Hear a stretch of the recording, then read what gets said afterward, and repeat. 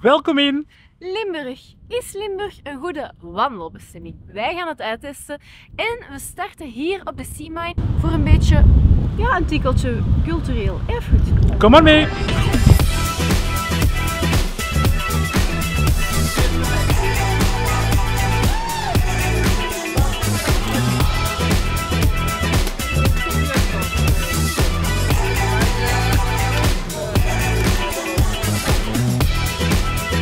Op de Sea Mine vind je ook een gigantisch labyrint.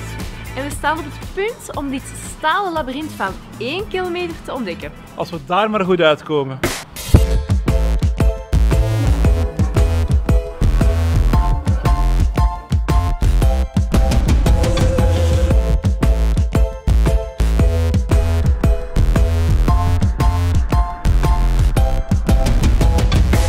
We bevinden ons midden in het Torpark. In Waterschei. En je komt hier meteen in contact met het diep gewortelde mijnverleden dat hier aanwezig is.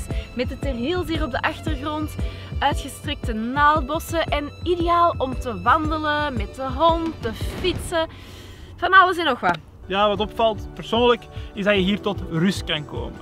Dus hou je ervan om even wat rond te kuieren, even een plaats te nemen op een bankje, dan is dit zeker een aanrader.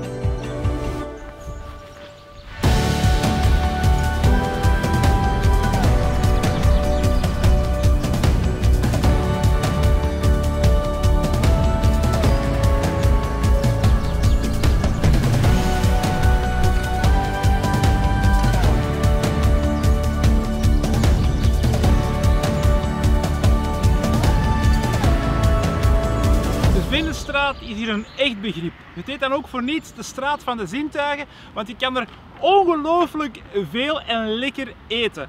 En dat willen we natuurlijk zelf eens ontdekken.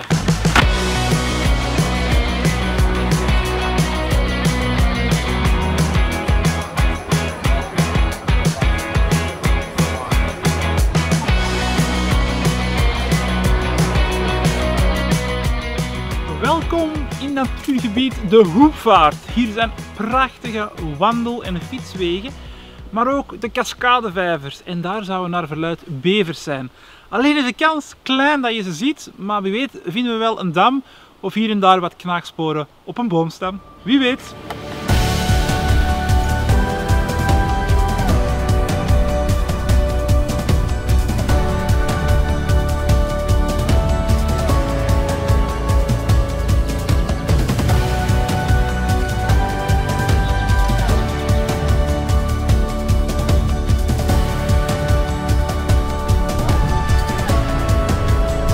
Ons weekendje Limburg zit erop. We bevinden ons momenteel in de Papendaalheide en we komen graag terug op de vraag: is Limburg een goede wandelbestemming?